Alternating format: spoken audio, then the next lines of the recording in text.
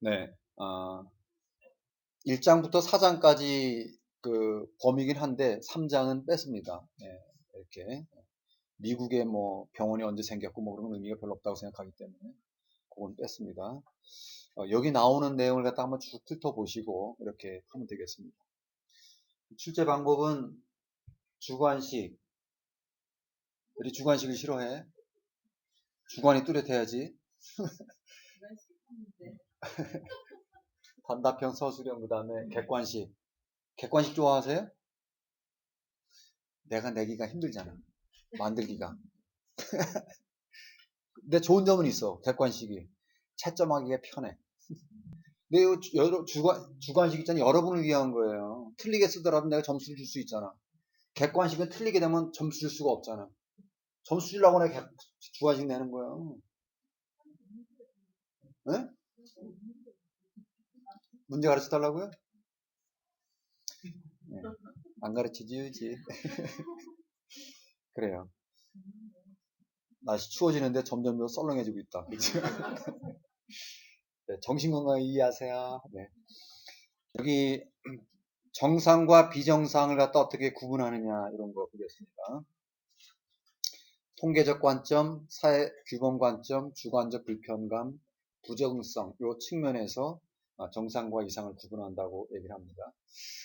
노함은 기준이란 얘기예요. 기준. 그 틀 속에 들어가는 거고 그걸 좀 벗어났을 때 abnormal, ab은 벗어났다거든요. 벗어나는 비정상이다 보는 거예요. 먼저 그 통사, 주부 이렇게 외워도 되고 이런 문제를 어떻게 낼까 좀 고민하고 있는데 하여튼 이해만 해버리세요. 여기 그 만약에 정성과 비정상을 구분하는 기준에 대해 쓰시오 하게 되면은 쓸 수 있겠어요? 주부는 동사이다. 명사야 동사야? 동사지. 집에 가면 설거지 해야지, 밥 해야 되지, 계속 움직여야 되잖아. 명사가 아니라 동사야. 남편은 명사다. 가만히 앉아 있으니까 움직이지 않고. 예. 이렇게 해서 그냥 힌트라도 잡으면 되겠습니다. 통사, 주부. 먼저 통계적인 기준에서 평균을 벗어났을 경우에 일탈했을 때에 그걸 갖다가 이상이라고 본다. 여기 여러분이 이런 그래프 보셨어요? 이게 가운데가 평균이에요.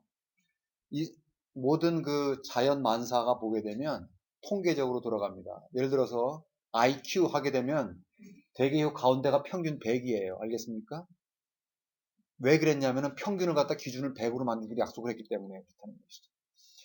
여기 그 키라든가 몸무게라든가 성적이라든가 모든 그런 현상들 있잖아요. 대부분은 이렇게 정기분포라고 하는데 이런 분포를 따르게 됩니다. 뭔지 알겠습니까? 네. 가운데를 기준으로 몰려 있고 양쪽에는 좀 적죠, 그죠? 네, 빈도가 이렇게 그 평균에서 많이 일탈할 정도 이런 걸 가지고서 평균에 몰려 있는 거는 정상, 바깥으로 벗어나 있을 때는 이상 이렇게 보는 게 이제 통계적 관점입니다.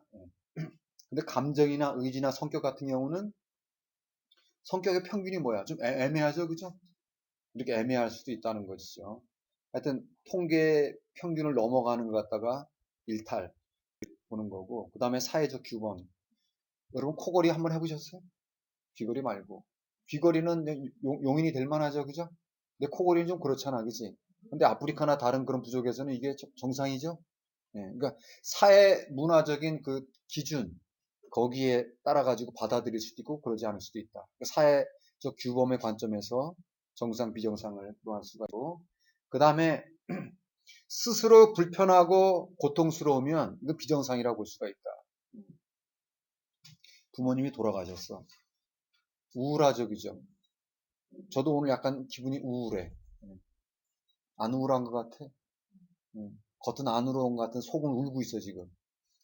아니야, 그게 아니고 이게 좀 이렇게 보면은 아까 설리 뭐 이런 거 있잖아요. 좀 너무 안 됐어요. 걔가 뭐 잘못해서 뭐 얼마나 잘못했겠어. 뭐 이렇게 악플 달아가지고 우리 그 첫째 딸이랑 나이가 같으니까 지금 첫째 딸은 알긴 뭘 알아, 그지? 좀 불쌍하잖아, 그지? 그러니까 좀 그런 것이죠. 약간 우울한 것이죠. 그렇다고 내가 비정상이야? 비정상 아니지? 부모님 돌아가셔서 슬플 수 있죠, 그죠? 그러나 자기가 그걸 극복하고서 이렇게 할 수 있으면, 그런데 내가 이걸 갖다가 극복할 수 없다고 생각해. 나 이거 도저히 못 보너서 나가겠어. 그런 비정상으로 보는 겁니다. 알겠습니까? 자기가 주관적으로 볼 때 이건 도저히 헤어날 수 없을 것 같다. 라고 느꼈을 때는 이건 주관적으로 그렇게 불편감을 느낄 때는 이상이라고, 정상이 아니라고 볼 수가 있습니다. 그 다음에 네 번째, 사회적으로 부적응한 거 있죠. 이게 이상으로 볼 수 있겠죠. 그죠? 자신과 사회에 해로운 결과를 가져오고, 공부도 안 하고, 그죠? 일도 안 하고, 그죠? 가정도 안 돌보고, 뭐 이건 이상한 거죠. 그죠? 이렇게 볼 수가 있겠다. 그래서 정상과 이상을 요 네 가지 관점에서 볼 수 있겠다는 것입니다. 이상행동의 원인과 치료를 갖다 다 하진 않고요. 몇 개만 하겠습니다. 이게 보니까 계속 중복이 되죠. 예, 아까 정신분석은 발달에도 나오고 여기도 나오고 그러죠. 예, 생물학적 모형에 대해 보겠습니다. 정신 이상행동의 원인이 뭘까? 생물학적으로 문제가 있어서 그렇다라고 보는 것이죠. 부모한테 유전의 그런 소위가 있다든가, 아니면 뇌에 뭔가 이렇게 구조물이 잘못됐어. 아니면은 호르몬상의 뭐 엔돌핀, 뭐 이렇게 호르몬, 신경 생화학적인 그런 영향으로 인해서 정신장애가 생긴다라고 보는 입장이 생물학적 모형입니다. 뭔지 알겠죠? 그러면 치료는 어떻게 해? 생화학적으로 문제면은 그 약물 갖다 이렇게 새로운 걸 맞거나 집어넣거나 이렇게 하면 되는 것이죠. 만약에 뇌에 이상이 있으면 뇌를 수술하거나 뭐 이런 식으로 해서 고쳐야 되겠죠. 생물학적 이상을 고쳐서 이렇게 치료하겠다는 것이죠. 먼저 그 염색체 이상이 있거나 이럴 때 정신장애가 온다라고 보는 입장입니다. 엄마가 우울하면 애도 우울할 수가 있죠. 우울인자가 있다고 보는 사람도 있어요. 네. 내가 보니까 북유럽 있잖아요. 햇빛 있잖아요.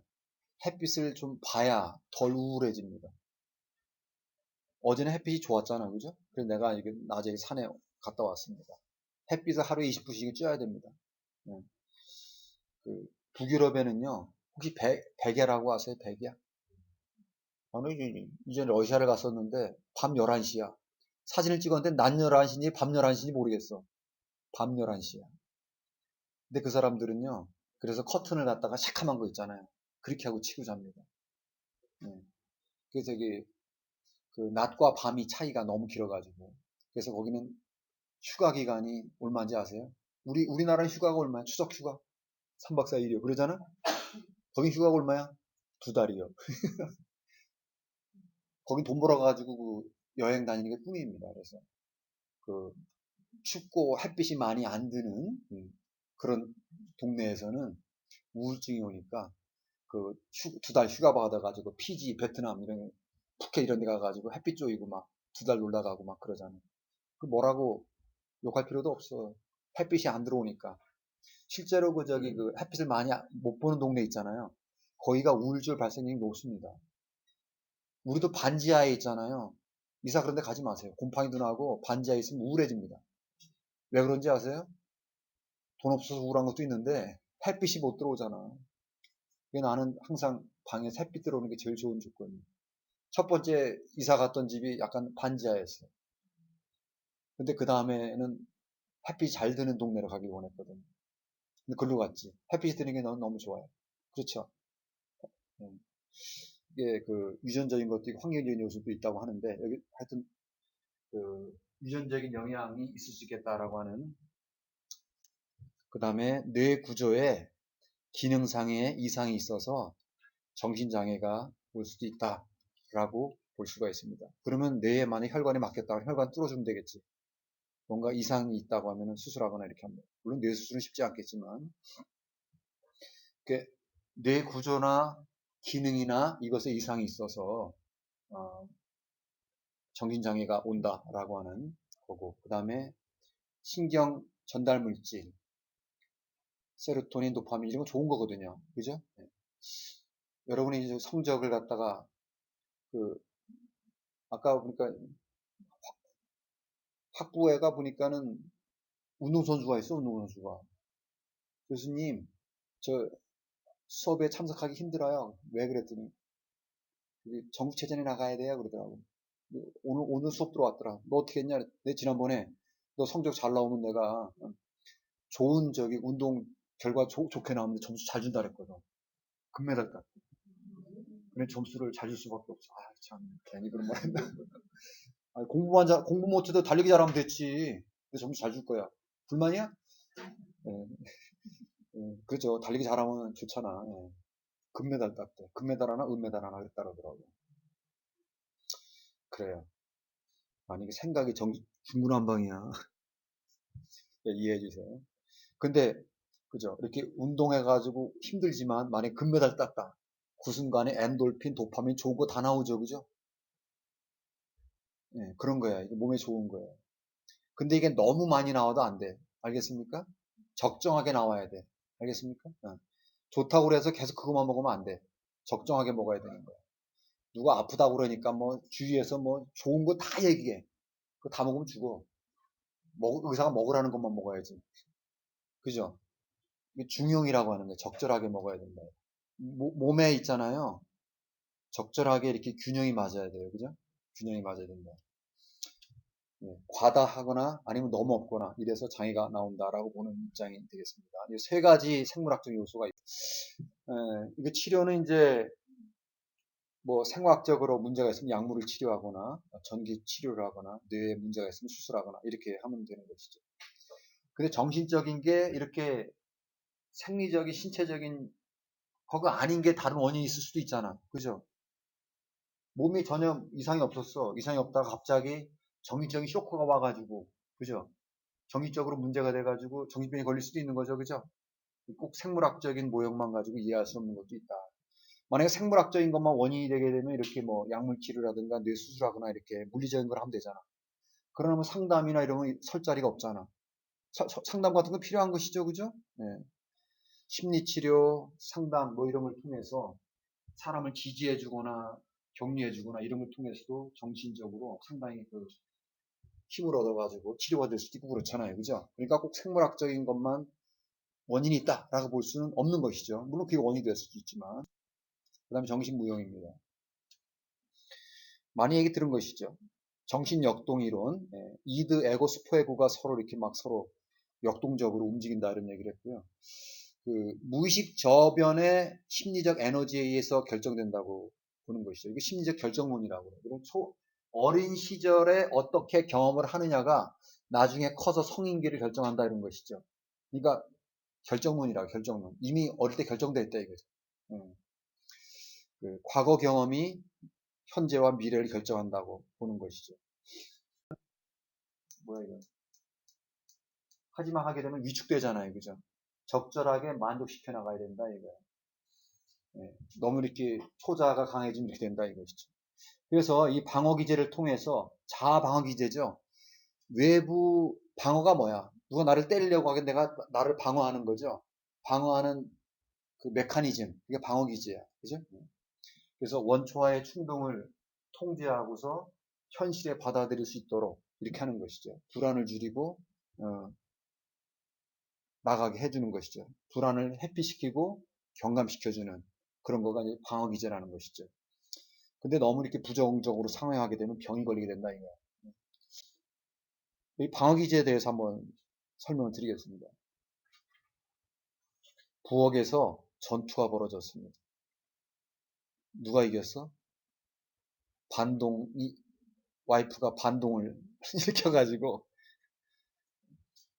와이프가 승리야. 그지? 남편이 얻어맞았어. 새파래졌어. 친구가. 야, 너 어떻게 된 거냐? 말이야, 내가 오다가 불 꺼진데 부대가지고 이렇게 됐다. 합리화하는 것이죠. 이렇게 하게 되면 7개를 외울 수 있겠다. 알겠지? 방학이제 7개 한번 외워보겠습니다. 부엌에서 전투가 벌어졌는데 와이프가 반동을 일으켜가지고 와이프 승. 남편이 새파랗게 멍들었어. 남편이 합리화하고 있습니다. 내가 강의하다가 어쩌다가 남자를 갖다 비하시키게 됐나 모르겠지만 하여튼 네, 하나하나 볼게요. 네. 이게 이 방어 기제라고 하는 건 좋은 거죠. 왜냐면은 그 현실에서 그대로 받아들이면 어려우니까 스스로 방어를 해서 내적인 긴장을 완화시키고 보호해주는 거니까. 그게 너무 이제 지나치게 쓰게 되면 안 되는 것이죠. 그 부정이라고 하는 것은 예를 들어서 사랑하는 사람이 죽었어. 엄마 아빠가 죽었어. 천재가. 근데 내가 보면 엄마 아빠 안 죽었어. 막 그러잖아. 엄마 어디 있어? 그러면 엄마 지금 저기 미국에 가서 돈 벌어 가지고 올 거야. 막 그러잖아. 그죠? 음. 만약에 그 꼬마아이 같은 경우는 이런 경우 부정이라고 하는 거는 심각한 정신적 문제가 있거나 약간 이렇게 됐거나 아니면은 아주 어린아이에게서 나타나는 것입니다. 만약에 엄마가 죽었다라고 하는 걸 알게 되면 현실적으로 받아들일 수가 없죠. 그게 하게 되면 너무 힘드니까. 그래서 부정하려. 요즘엔 좀 덜한데 6.25 전쟁이 일어나고 나서 북으로 나타난 영화에 보게 되면요. 꼭 정의적으로 이렇게 미친 사람, 그런 사람들 꼭 한 장면씩 꼭 나왔어요. 사실 그 가족 중에 오늘 갑자기 이렇게 막 여러 명 죽고 그러면 그러지 않겠어요? 그죠? 그러다 갑자기 여보 어디 있어? 같이 만나 뭐 갑자기 미친 식으로 표현하고 그러잖아요. 이게 부정입니다. 죽었다고 하게 되면 받아들이기가 너무 힘든 거예요. 알겠습니까? 이게 부정이에요. 네, 부정. 그 다음에 억압입니다. 예. 이제 억압이라고 하는 것은 이제 그 주로 프로이드가 그 관심을 갖고 연구했던 주제, 맨 처음에 이제 그 당시에 보게 되면 프로이드 연구에 보게 되면은요, 빅토리아 그 시대에 보게 되면은 너무 여자들이 성적인 걸 밝히게 되면은 조신하지 못하게 여자가 만약 밝히고 있어 막 그런단 말이야. 우리 조선시대처럼 그랬거든요. 그러다 보니까 만약 전쟁에 나가가지고 뭐 전쟁과 평화 막 남편이 없고 막 그러게 되면 여자들이 그 욕구가 있을 거 아니에요. 그러니까 꿈속에서 그런 성적인 욕구나 이런 거를 갖다가 상징적인 나무 막대기라든가 뭐 건물이라든가 뭐 이런 게 나온단 말이야. 그게 뭐냐? 근데 그게 이제 상징적인 거라네요. 막대기 하면 뭐 남자 이런 걸 나타내는. 그러니까 그걸 갖다 드러내게 되면 사회에서 받아들이지 못하잖아. 여자가 조신하지 못하고. 근데 그런 무의식적인 욕구가 있잖아요. 예. 그런 걸 갖다 파악하려고 했던 게 그런 무의식적인 욕구를 끄집어내려고 했던 게 프로이드입니다. 알겠습니까? 둘이 성적인 거 많이 얘기를 했으니까 그런 것이죠. 그 억지가 찍어 누르는 그런 거가 되겠습니다. 불안을 떨치기 위해서 억지로 이렇게 찍어 누르려고. 여러분 목욕탕에 가게 되면 탁구공 집어넣게 되면 계속 튀어나올 때 집어넣고 집어넣을 때 튀어나올 때 집어누르고 말이 안 되냐? 근데 뭔 얘기인지 알아듣겠지? 겉으로 드러나는 욕구가 계속 튀어나오려고 하는 게 이런 거죠. 그러니까 억지로 누르려고 하는 거예요. 누르는 게 이제 의식으로 나오지 못하도록 목욕탕 밖으로 나오지 못하도록 찍어 누르는 알겠습니까? 이게 억압이에요. 알겠죠? 왜 튀어나오면은 받아들일 수가 없잖아요. 이런 것이죠. 이제 프로이드의 주로 방어 기제는 주로 억압 이런 거고요. 그 나머지 이런 방어 기제는 주로 이제 그 프로이드 딸이 주로 이제 많이 연구를 했었죠. 여기 전위 혹은 치환이라는 거에 대해서 보겠습니다. 부모와 엄마랑 딸이 싸웠습니다. 열받았어, 딸내미가. 그러면 엄마 머리 끄댕이 잡고 싸우면 되겠냐?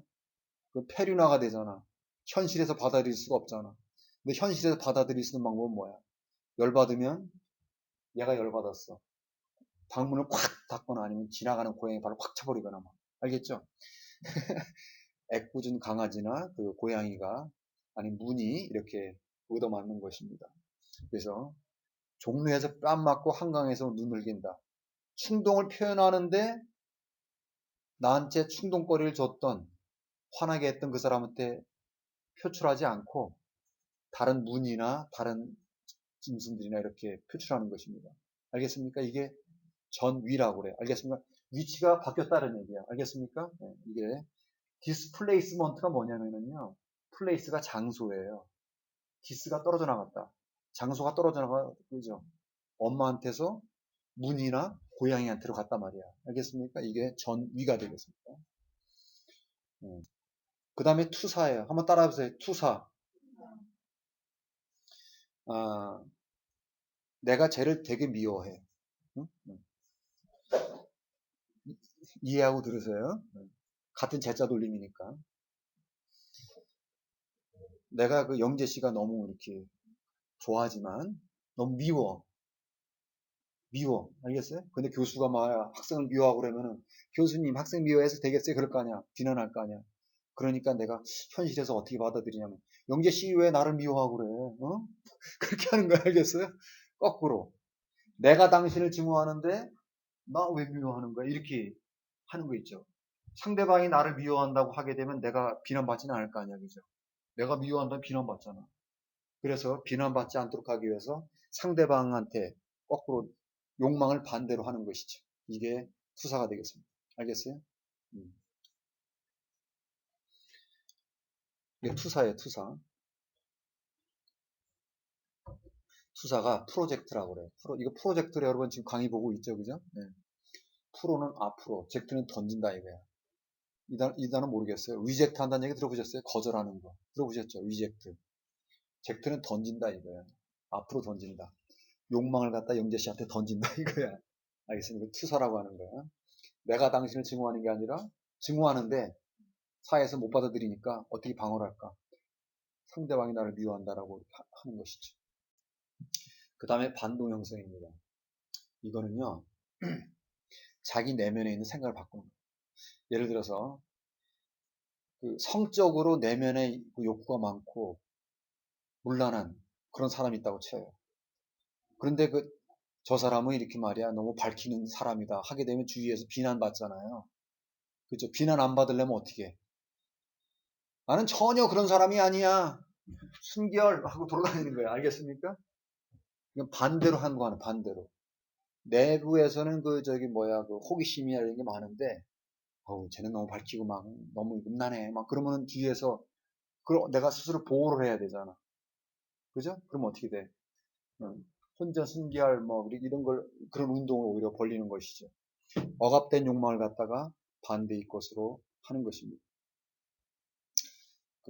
내가 영재 씨를 갖다가 그 너무 잘생기고 착하고 그래가지고 시기가 나요. 시기가 나면 못되게 해줘야 되잖아. 근데 그게 아니라 반대로 하는 것입니다. 아이고, 뭐가 이렇게 너무 잘생겼다, 너. 아이고, 뭐 가자, 있어, 가자, 뭐 이런 식으로. 우리 반대로다가 하는 거다. 알겠습니까? 내가 이렇게 되게 미워. 여자 질투하고 그러잖아요. 질투할 때, 아이고, 난 질투난다. 막 그렇게 하게 되면 주위에서, 아우, 너는 왜 이렇게 사람이 돼가지고 질투하고 그러냐? 비난을 받잖아. 비난 안 받으려면 어떻게 돼? 아이고, 넌 너무, 알겠습니까? 반대로. 야, 넌 너무 이쁘다. 이렇게 하는 거예요. 너 이렇게 잘생겼니?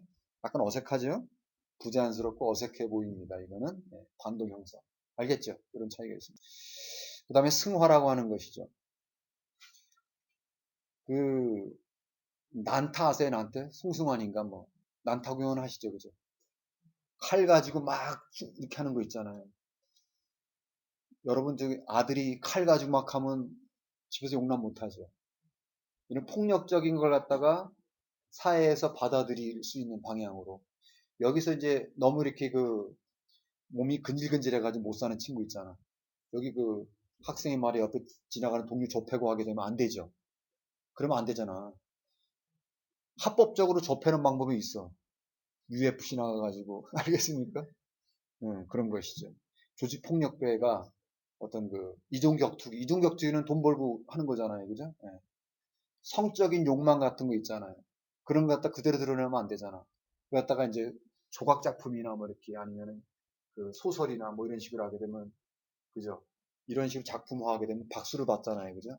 이런 건 승화가 되겠습니다. 승화. 성숙한 표현으로 받아들일 수 있게 해주는 거가 되겠죠. 승화가 뭐야? 승화. 그 고체, 액체, 기체가 있잖아요. 고체가 녹으면 액체가 되잖아요. 액체가 그 물이 100도 넘어가면 날아가죠. 그죠? 수증기가 되죠. 기체가 되버리죠. 그게 원래 원칙이죠. 그죠? 고체가 액체가 되고 액체가 기체가 되는 거잖아요. 그런데 고체가 바로 기체가 될 수 있을까요? 이때니까. 그게 승화예요. 여러분 겨울철에 빨래 널어봐. 빨래 널면 물이 안 떨어지고도 마른다니까. 액체가 아니고서 그냥 바로 그 얼음이 있잖아요. 날아가요. 그렇게 되는 거 보셨어요? 좀 봐요. 그런 경우가 있다니까. 그러니까 고체가 바로 기체가 되는. 어려운가? 여러분 저기 베스킨라빈스 같은 데 가게 되면은 드라이 아이스잖아요. 드라이 아이스. 액체가 안 되고 바로 고체에서 그냥 수증기로 날아가 버리잖아. 이게 승화입니다. 알겠습니까? 그러니까 한 단계 뛰어서 올라갔다 이런 것이지. 이 성적인 건 안 좋은 건데 오히려 좋은 게 돼버렸잖아. 알겠으면 폭력적인 건 안 좋은 거잖아. 더 좋은 게 돼버렸잖아. 돈 버는 돈 벌고 말이야. 이런 거 인기 있고 이렇게 이제 승화가 되겠다. 뭔지 알겠죠? 네. 합리화. 그 이솝우화의 신포도 기제라고 아세요? 신포도. 여기 그 여우가 지나가다가 몇 번 뛰어가지고 포도를 떼어먹으려고 그랬어. 근데 자기가 키가 작아가지고 못 잡았어. 그럼 뭐라고 그래? 주위에서 그것도 못 따면 칠칠 맞을까봐. 내가 더 따먹을 수 있는데, 포도가 별로 맛이 없어. 그냥 안 따먹는다. 이렇게 한 거지, 그지? 이게 합리화라 이거지. 부모가 자식을 접해보면서 그러는 것이지. 엄마, 이거는 다 너 사랑해서 그러는 거야. 뭐, 이렇게. 아이고.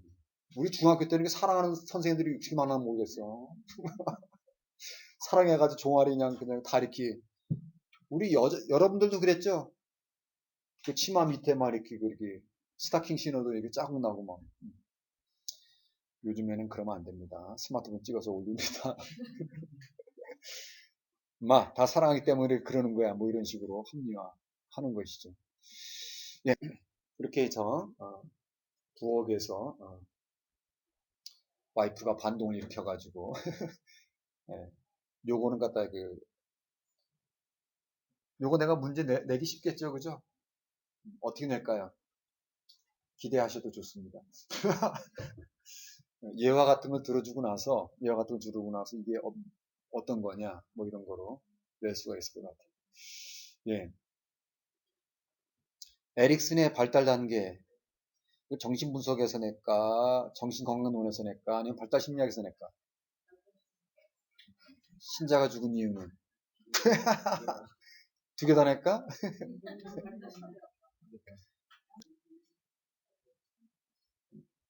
그건 내 마음입니다.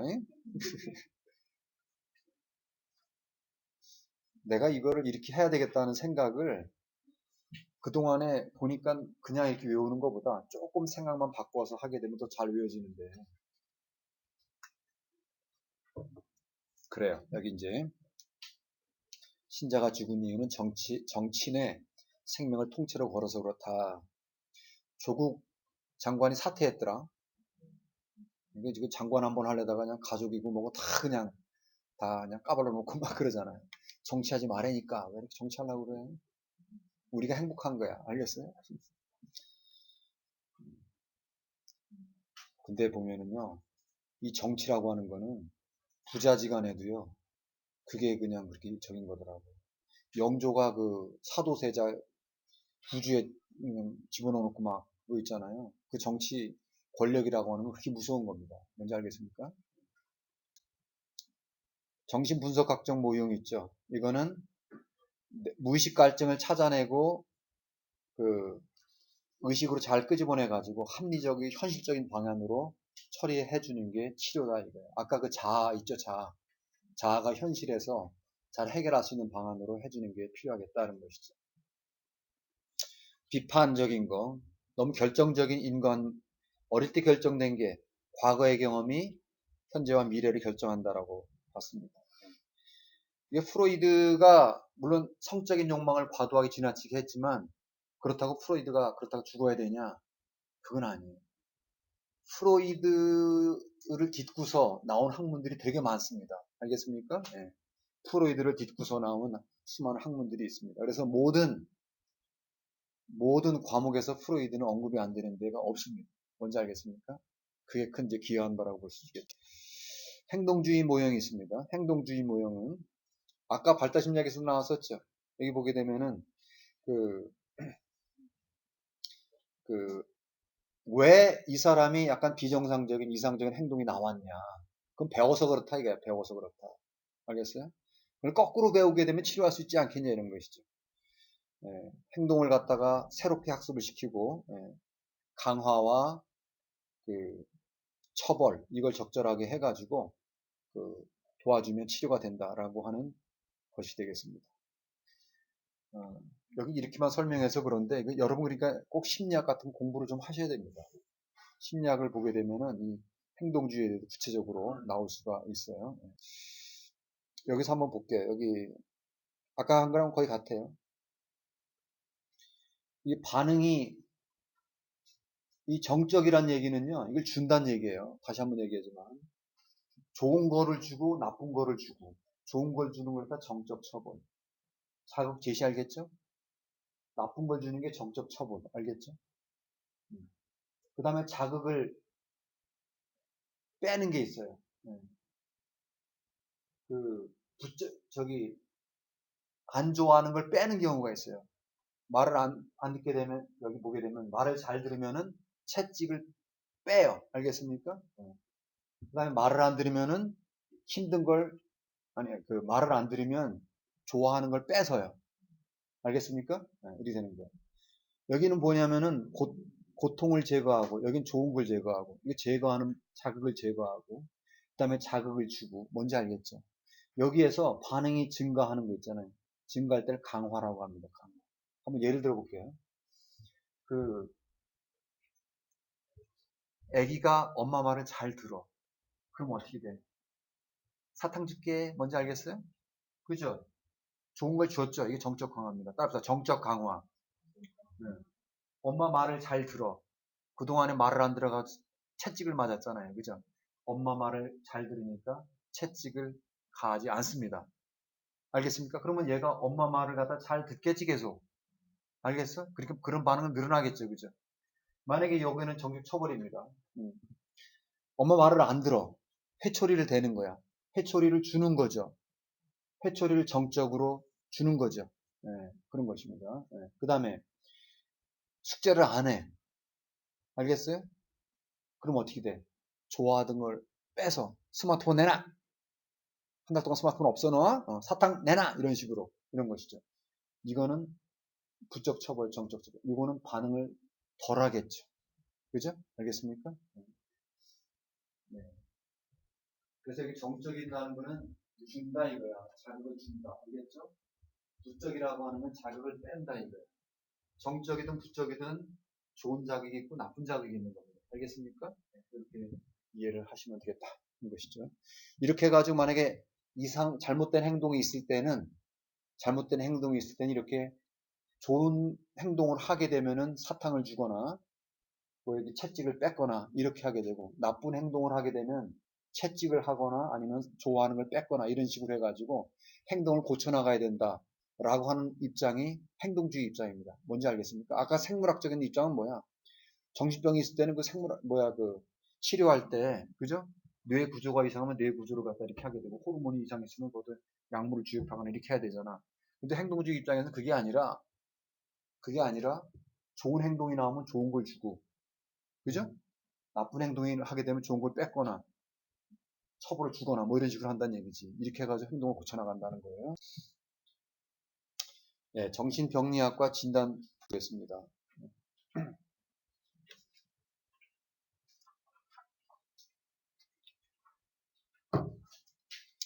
네, 검사할 때 심리평가 중에서도 요거만 보겠습니다. 심리평가에서 그 행동평가, 인지평가 할 때 직접적으로 행동 관찰하는 거가 있습니다. 그죠?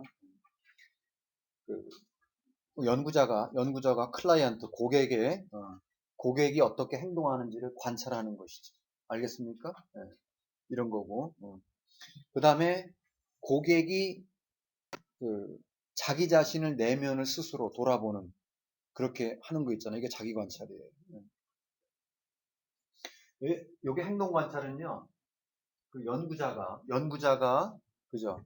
그 클라이언트 약간 정신적으로 도움을 필요로 하는 분이 왔을 때 어떻게 행동을 하는지 관찰하는 거고요.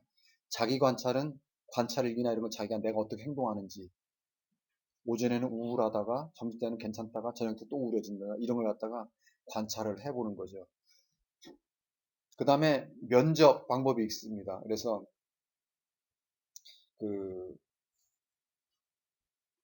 연구자가 그 정신 환자를 갖다가 이렇게 면접을 해가지고 아니면 그 이렇게 좀 설문지를 주고서 그걸 갖다 작성을 해가지고 응답해서 하도록 이렇게 하는 방법이 있고요. 그 다음에 이게 이제 행동 심리평가 중에서 행동인지평가는 이런 식으로 네 가지 방법으로 하고요. 그 다음에 생물학적인 평가를 갖다 어떻게 하냐면은 뇌영상, 신경화학, 신경심리학, 정신생리학 이런 방법들이 있습니다.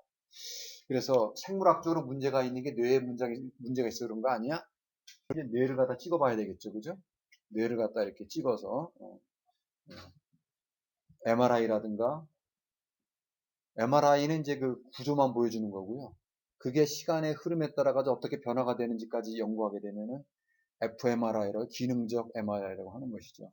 PT 같은 거로 해가지고 그 약물을 넣어가지고 혈관에서 어디가 활성화되고 하는 그런 거를 갖다 볼 수가 있죠. 하여튼 이런 식으로 생물학적인 뇌에 이런 걸 갖다 평가할 때 뇌영상 촬영을 하거나 아니면은 신경세포 있잖아요. 신경세포의 내가 잘못 얘기했는데 여기 PET도 있고 여기도 PET를 쓸 수가 있어요. 신경화학적 방법.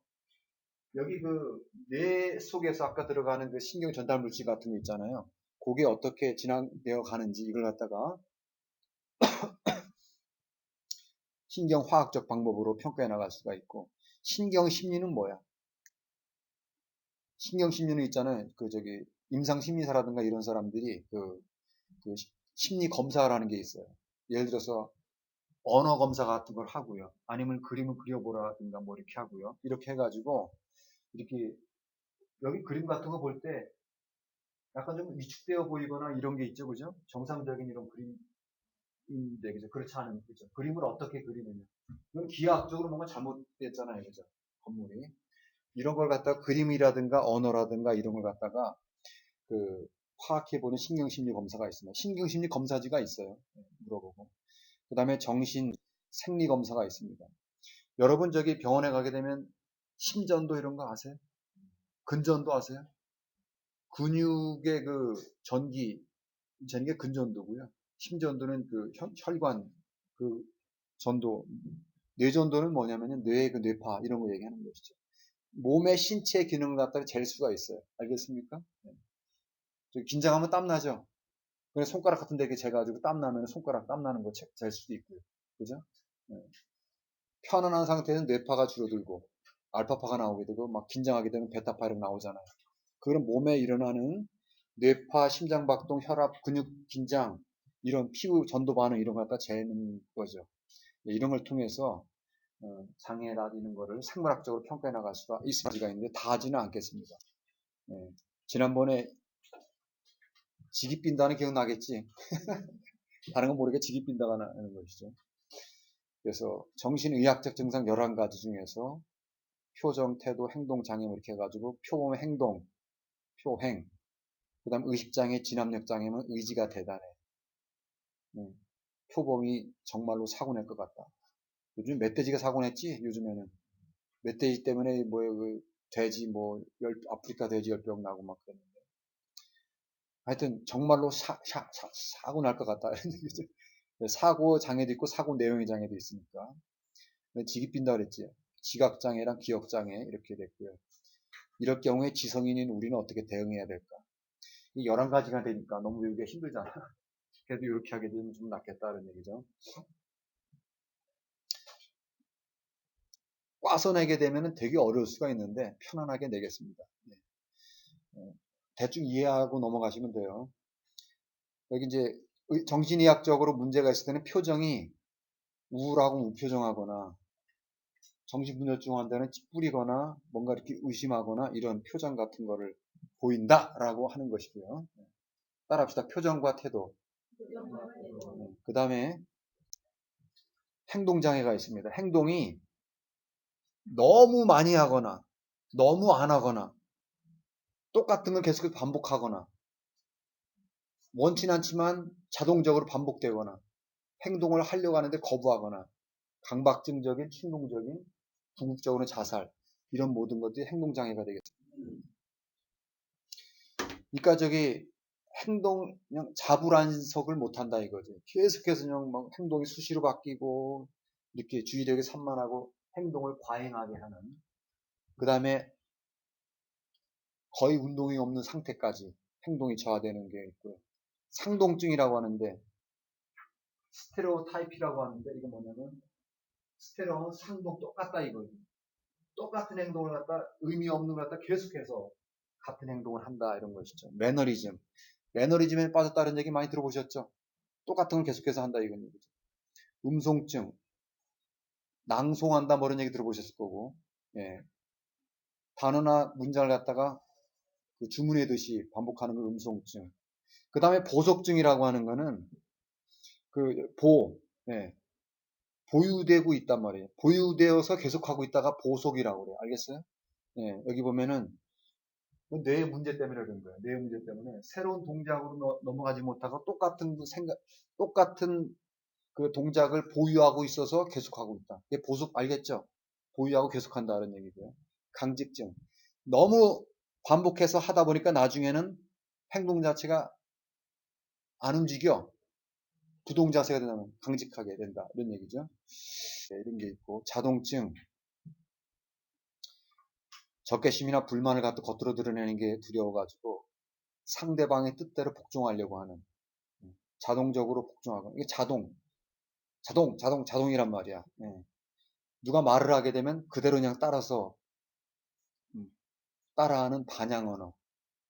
다른 사람이 어떤 행동을 하면 그대로 따라가는 이런 거죠. 자동증이라는 거예요. 오토매티즘.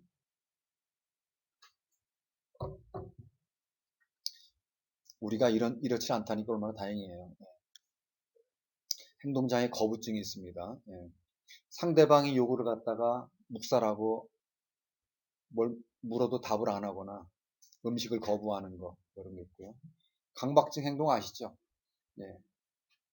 손가락을 그냥 계속 씻는 거야. 아니면 여기 그냥 그 타일 같은 걸 갖다가 금밟지 않기 위해서 이렇게 강박적으로 행동을 하는 것이죠. 병적인 강박적인 예기치 않는 충동 행동. 그 다음에 자살. 좀 우울하지 않으세요? 이게 자살이라고 하는 얘기 들어보니까. 제 생각에는 그래요. 아무리 힘들어도 이 생에서 열심히 살아야지. 저도 보니까 어떨 때는 힘들 때가 있어요. 안 힘들 것 같으세요? 여러분들도 힘들지? 중간고사 없는 세상에 살고 싶다. 다 힘들지 안 힘들겠습니까? 사람이 태어난 죄로 다 고통이 있습니다. 그렇지만 그걸 갖다가 잘 그냥 힘들면 힘든 대로 어려움 어려운 대로 살아가야지. 예, 의식장애가 있습니다. 예, 여기 볼게요. 의식 혼란 혹은 착란임. 반응이 신속하지 못하고 산만해지는 거. 예, 주의력이 있어요. 있는데 막 흩어놓은 거예요. 주의력을. 혼란한 거죠. 의식이 혼탁이라는 얘기는 주의할 수 있는 능력이 줄어들었기 때문에 나타나는. 뭔지 알겠죠? 이게 의식 혼탁이 되겠습니다. 예. 여기는요, 의식 혼란, 말이 좀 어렵죠. 의식 혼란이라고 하는 거는 주의력이 산만해지는 거고요. 혼탁이라고 하는 건 주의를 갖다 여기저기 막 늘어놓는 게 주의력 혼란이고, 감퇴는 주의하는 것 자체가 줄어들었다는 얘기야. 뭔지 알겠습니까? 그런 차이가 있고요. 몽롱한 거는 뭐냐면 몽롱한 거지 뭐예요. 뭔가 몽이 뭐냐면 꿈꾼다 이거야. 해몽할 때 꿈몽자야. 네, 몽롱하다 이거지. 그래서 자기 주위에 대해서 뭐가 뭔지 멍한 상태, 다른 세계에 있는 것 같은 그런 선망 증세. 저는 이게 좀 저희 어머니에게도 이런 게 났었기 때문에 저희 어머니가 이제 수술을 하셨었거든요. 수술하고 나니까는 그 다음에 막 치매 증상이 온 것 같아가지고 자식들이 다 놀라가지고 막 그랬던 것이죠. 근데 그 친구가 의사기 때문에 물어보니까 형제야 그거 치매가 아니라 선망이야. 한 이틀 지나면 괜찮아지시더라고. 그러니까 수술하신 분들은 수술을 안 하면 좋지. 몸에 칼을 대게 되면은요 뭔가 약간 좀 뭔가 떨어집니다. 뭐든 알겠습니까? 선망 증세가 나타나는 것이죠. 일시적으로. 치매와 선망을 구분하는 것은 지속성이 있냐 없냐 그런 차이로 보시면 되겠습니다. 계속해서 그런 증세가 나타나는 건 치매예요. 알겠습니까? 예, 의식장애가 이제 의식 수준을 보게 되면은요 정상 상태는 또릿또릿하는 것이지. 이봐, 뭐 하는 거야? 똑바로 뭐 이렇게 각성 상태가 되고, 나중에는 이제 뭐 반응이 좀 느리지만은 반응을 하는 기면 상태, 조는 둥 마는 둥 이런 거가 되는 거죠. 나중에는 이제 혼미한 거야. 반응을 잘 안 해. 강한 자극을 주면 반응을 해. 알겠습니까?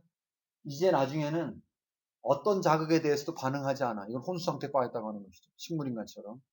이렇게 보면 각성 수준에 따라 가지고 각성, 기면, 혼미, 혼수 이렇게 올라가게 되겠습니다. 아시겠죠? 이렇게 하시면 돼요. 각성 수준에 따라서 늘어놓으라 그러면 늘어놓을 줄 알아야지. 그지? 진압력 장애가 뭐예요? 진압력. 네. 진압력은 뭐냐면은요. 남쪽을 향하는 능력, 오리엔테이션, 지향 이런 것이죠. 지향. 방향성이란 말이야. 방향성. 그래서 시간, 지금 몇 시지? 여기가 어디지? 누구예요? 이런 것이죠. 몇 시지? 어디지? 누구예요? 이런 거 있잖아. 이걸 갖다가 방향을 잘 잡아야 돼. 그걸 못 잡을 때 진압력이 상실된다라고 보는 거예요. 뭔지 알겠죠? 예. 공간, 시간, 사람에 대해서 인지하는 능력이 상실된 걸 뭐라고 하느냐. 1번 진압력, 2번 전압력, 3번 이납력. 진압력이라고, 진압력. 지향하는, 남쪽을 지향하는 이런. 예, 이제 3장은 빼겠습니다. 3장은 빼고 4장 조금만 하겠습니다. 조금 할까요? 많이 할까요? 그럴 줄 알았어요. 그래서 나 조금만 할 거예요. 그래. 여기 이제 영아기하고요, 청소년기하고 노년기의 장애들을 DSM까지 가지는 않고 간단하게 하겠습니다. 그 DSM을 일일이 외운다고 하는 거는 그건 저는 글쎄요, 좀 그럴 것 같아요. 그렇지만 개략적으로 방향성만 보면 되겠습니다. 반응성 애착장애라고 하는 게 있죠. 한번 따라해 볼까요? 반응성 애착장애. 이거는 뭐냐면 선천적으로 태어난 게 아닙니다. 양육을 잘못해서 그런 거야. 뭔지 알겠습니까? 양육을 잘못하는 거예요. 아이가 양육자, 주로 엄마겠지. 엄마와 관계에 친밀한 애착이 문제가 돼가지고 문제가 되는 거예요. 반응을 갖다가 너무 강하게 보이거나 아예 반응을 안 하거나 이런 식으로 보이는 것입니다. 저는 저희 집은 팔남매거든요. 팔남매인데 엄마가 일손이 없으니까 자식들을 갖다 이렇게 일일이 다 하기는 힘드셨다고 생각해요. 아마 저희가 자랄 때도 논두렁에 놓으면 그냥 알아서 자라고. 저도 우리 제일 큰 형이 너랑 11살 차이 나는데 저희 형하고 큰 누나가 업어 키우고 막 그랬던 기억이 나요. 그렇지만 엄마가 저한테 이렇게 애착이 없었다고 생각하지는 않습니다. 그러니까 문제가 없죠. 근데 요즘에는 애들 한두 명 낳는데도 애들을 갖다 유기하는 부모들이 있더라고. 그 사이가 어떻게 되려고 그러는 거야? 너무 좀 그렇지 않나? 특별히 그 저기 뭐야 괴모, 괴부 뭐 이러면 물론 자기가 섞여 있지는 않지만 자기 와이프한테는 섞인 피잖아. 너무 이해가 안 되더라고요. 그러니까 가장 기본적인 인간적인 너무나 인간적인 가장 기본적인 부모는 자녀에 대한 애착이 있고 이게 필요한 것이죠. 이게 형성이 안 될 때 나타나는 반응성 애착장애라고 하는 것입니다.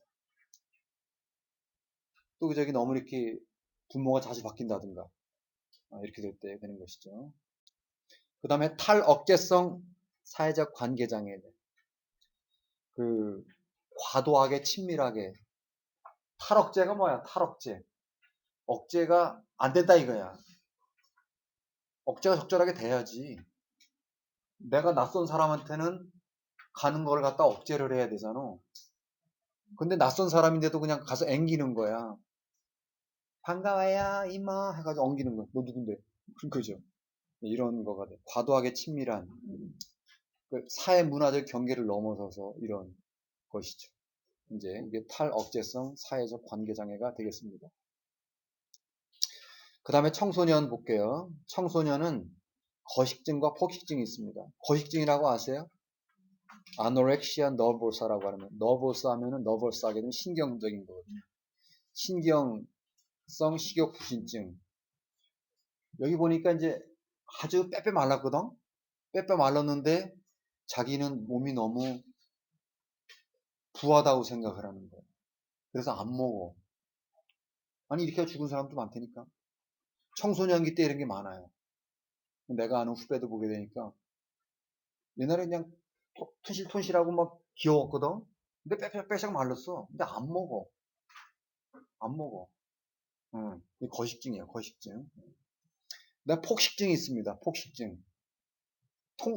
먹는 거를 갖다 통제를 하지 않는다는 얘기다. 굉장한 양의 음식을 많이 먹어요. 그거 괜찮은데 다 토해내. 구토제를 먹거나 설사제 먹어서 다 비워. 왜 그러냐 할 때 체중을 증가하지 않도록 하기 위해서. 이렇게 이제 청소년기에 심리적인 이런 게 많죠. 이것도 치료가 됩니다. 치료가 됩니다. 중요한 거는 초기에 발견해가지고 적절하게 도와줘야 되죠. 그 다음에 이제 청소년기 지나서 이제 청장년기에 이제 다른 거 빼고 외상 후 스트레스 장애, 트라우마라고 많이 들어보셨죠? 트라우마. 그 군인 전쟁에 노출된 군인.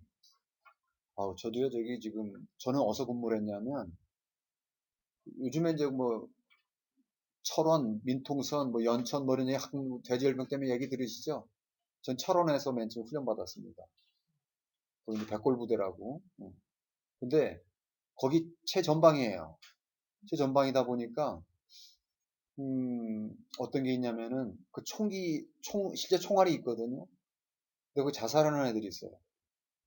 근데 그 군대 들어가자마자 뭐 하냐면은 니들은 절대로 이런 거 하지 마라. 얼마나 비참한지 해가지고 그런 장면을 보여줘요. 거기에서 몇 명 죽어요, 실제로. 근데 그거 보면 너무너무 끔찍해요. 근데 그 기억이 지금도 생생하거든요. 총에 이렇게 죽은 그거 있잖아요. 만약 전쟁 나가지고 그런 걸 옆에서 본다. 그러면 소름 끼치지 않겠어요? 그런 거예요. 그러니까 미군들 있잖아.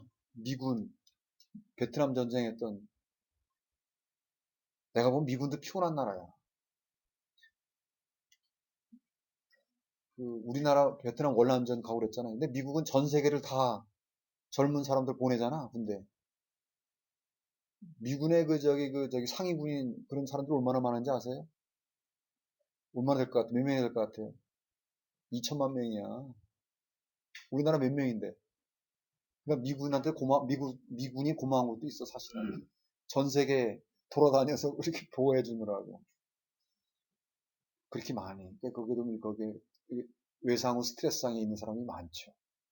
많이. 그렇죠. 전쟁 노출되어서 그런 사람 많고. 전쟁뿐만이겠습니까? 여자들 같은 경우는 성폭행을 당했다든가. 그런 거 있죠, 그죠? 어린 시절에 그냥 얻어맞았다든가. 이런 거는 꿈속에서 나타나고 막 그러잖아요. 이런 외상적 사건이라고 합니다. 갑자기 지나가는데 그냥 지진이 나가지고 차가 떨어졌다든가. 이런 거는 끔찍하잖아요. 이런 것들이 나게 되면은 외상 후 스트레스 장애가 생긴다는 것입니다. 트라우마라고 하는 외상 후 스트레스 장애가 있습니다. 노인으로 가보겠습니다. 노년기를 빼려다가 다 늙어가는 입장에서 안 할 수도 없고. 왜 하냐면은 저는 여기 윤석열 교수님이 노년 그걸 갖다 그 연구하시잖아요. 지금 보니까 상당히 중요하겠구나 생각이 들더라고요. 그러니까 어차피 인생은 받아들여야지 뭐 나는 늙기 싫어도 늙다 보니까 올바르게 늙고 그 다음에 안 아플 수는 없잖아요, 그죠? 안 아플 수는 없는데 덜 아프고 그지? 더 그나마 힘들어도 잘 견딜 수 있게 살아가는 게 삶의 지혜가 아닐까 이런 생각이 드는 거죠. 웰빙이 뭐예요? 웰빙. 웰빙이라고 하는 거죠. 잘 사는 거죠. 그죠? 문자 그들에게 하면 잘 존재해 나간다. 살아 있는 동안에 건강하게 잘 지낸다 이거죠. 요즘에 또 이제 웰다잉이라고 있죠. 웰다잉은 뭐야? 잘 죽는 거죠. 어떻게 죽는 거야? 팔팔하게 99세까지 살다가 한 2, 3일 동안 아프고서 죽는 거지. 그냥 평생 아프다가 마지막에 죽으면 본인도 힘들고 가족도 힘들고 뭐 그러잖아요. 그렇지 말고 건강하게 살다가 치매 안 걸리고 여러분들 치매 걸리면 얼마나 힘들겠어요. 그죠? 저희 어머님은 이제 나이가 이제 90이 되셨어요. 90이 되셨는데 정신은 아주 건강하세요. 그런데 몸이 이렇게 완전히 무너지셨지. 근데 몸이 이렇게 무너지다 보니까요. 거동을 제대로 못하고 이렇게 생리적인 걸 어렵고 그러다 보니까 이제는 약간 우울해지신 것 같아요. 약간 증상이 보이잖아요.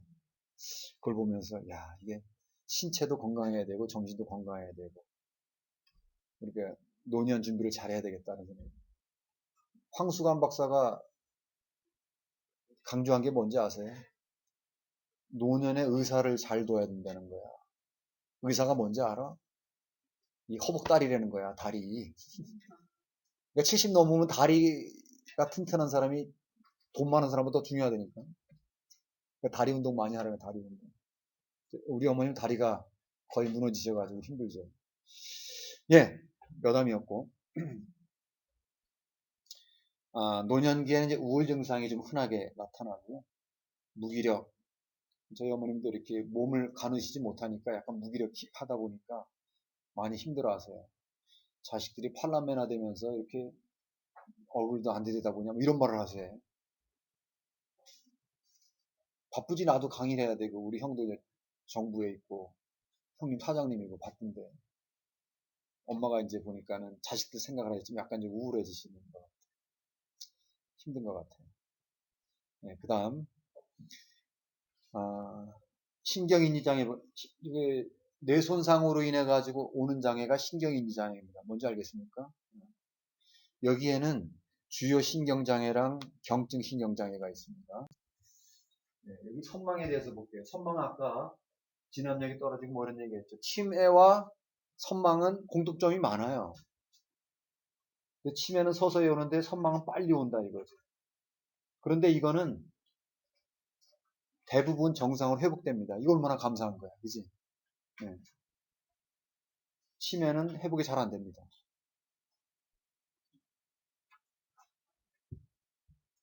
치매가 우리나라의 큰 문제입니다. 아까 배혜수 교수님이라고 얘기를 하면서 각 시, 군청 이런 데서 치매 환자들을 돌볼 그런 인력들이 무지 필요하대요. 그래서 임상 심리사들이 많이 필요하다는 겁니다. 알겠습니까? 근데 그런 자격증이 없는 사람들이 많이 있다는 거죠. 그러니까 임상 심리라든가 이런 자격증, 임상 심리 내용이 뭐냐면 정신 건강은 이 내용이에요. 우리 이상 심리학 공부하고 있죠. 그러니까 똑같잖아. DSM이나 이런 정보에 정통하게 되면 그렇게 되면은 임상심리 그런 역할을 할 수가 있죠. 앞으로 여러분이 배워가지고 그런 데 가서 일을 하셔야지. 치매 환자들이 많습니다. 근데 그 국가적인 큰 재난이에요, 지금. 네. 미국에서도 그 알츠하이머, 치매 이런 걸 치료하려고 뭐 그 천문학적인 숫자를 갖다 투입을 하고 있습니다. 알겠습니까? 네. 여기 주요 경증 거의 다 왔습니다. 주요 신경인지장애 네, 보겠습니다. 경증 신경인지장애 똑같아요. 복합적 주의 집중 수행 기능 학습 언어 지각 운동 거의 똑같죠. 여러 가지 수행이 똑같아요. 밑줄만 달라.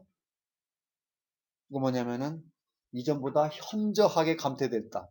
현저하다가 주요라고. 영어로 메이저. 경증은 뭐냐면은 경미하다 이거야. 약간 약하다 이거죠. 이전보다 그냥 그렇게 크지 않게 경미하게 말디스트라고 조금 이런 얘기죠. 인지적으로 감퇴했을 때 이럴 때가 이제 경증 신경인지장애다 이거죠. 뭔지 알겠어요? 네. 여기 주요라고는 심각하다는 얘기고요. 경증이라는 약하다 이거야. 이거 신경인지장애는 뇌 손상으로 오는 것입니다. 뭔지 알겠습니까? 나이가 들면 여러분 저기 MRI 검사하면은요 이제는요 검사하면은 이전보다 뇌 양이 줄어들었네요. 이제 줄어듭니다. 알겠습니까? 그러니까 중간고사 이런 거 시험 봐야 돼. 안 보면 줄어듭니다. 너. 공부를 해야 이게 뇌가 덜 줄어드는 거야. 그러니까 나한테 고마워해야 돼. 이제는 편하는 것만 하지 마세요. 공부를 많이 하고 뇌를 많이 쓰고 막 이렇게 하잖아요. 그럼 뇌가 이렇게 활성화가 되는 것입니다. 예. 하여튼 노년기 건강 만들어 가야 돼요. 예. 여기 그 옛날에 우리 어르신들은 이런 걸 갖다 적절한 치료를 못 받았어요. 사실은. 그죠? 적절하게 못 받았습니다. 여기 보면은 조기에 발견하면 20%는 완치가 가능하대요. 얼마나 감사합니까? 그 다음에 한 절반 정도는 심각해지는 걸 줄일 수가 있다는 거지. 늦춘단 말이야, 늦춘다. 70세에 치매 걸릴 걸 갖다가 85세 치매 걸리게 하면은 15년은 더 그냥 행복하게 살잖아. 알겠습니까? 그 다음에 적절하게 도와주게 되면 예방이 가능하다는 거지. 이렇게 되는 거예요. 그러니까 노인들도 잘 웃고 행복하게, 그 다음에 은퇴하고 나서도 뭔가 할 일을 찾고, 책 읽고, 이렇게 하는 게 필요하다는 것이죠. 일본이 장수하거든요. 일본 사람들이. 그 사람들 비행기 타면서 내 놀란 게 뭔지 아세요? 요만한 문고판 책들 다 갖고 있습니다. 할아버지들. 우리나라 할아버지들은 스마트폰 뭐야 이렇게 하잖아. 일본 사람들은 책 있습니다. 책, 문고판 책. 그게 우리나라 노벨상 탄 사람 없잖아. 일본 뭐 욕할 것도 있지만 대부분의 지적인 수준이 높아요. 우리가 머리를 더 좋게 갖고 태어났는데 시간이 지나면서 우리가 너무 책을 너무 안 봐. 그러다 보니까 노년, 일본에 장수하잖아요. 건강하게. 나이가 들어서도 이렇게 좀 공부를 계속 하는 것이죠. 네. 네. 화이팅! 끝! 네. 딱 1시간 지났어. 네.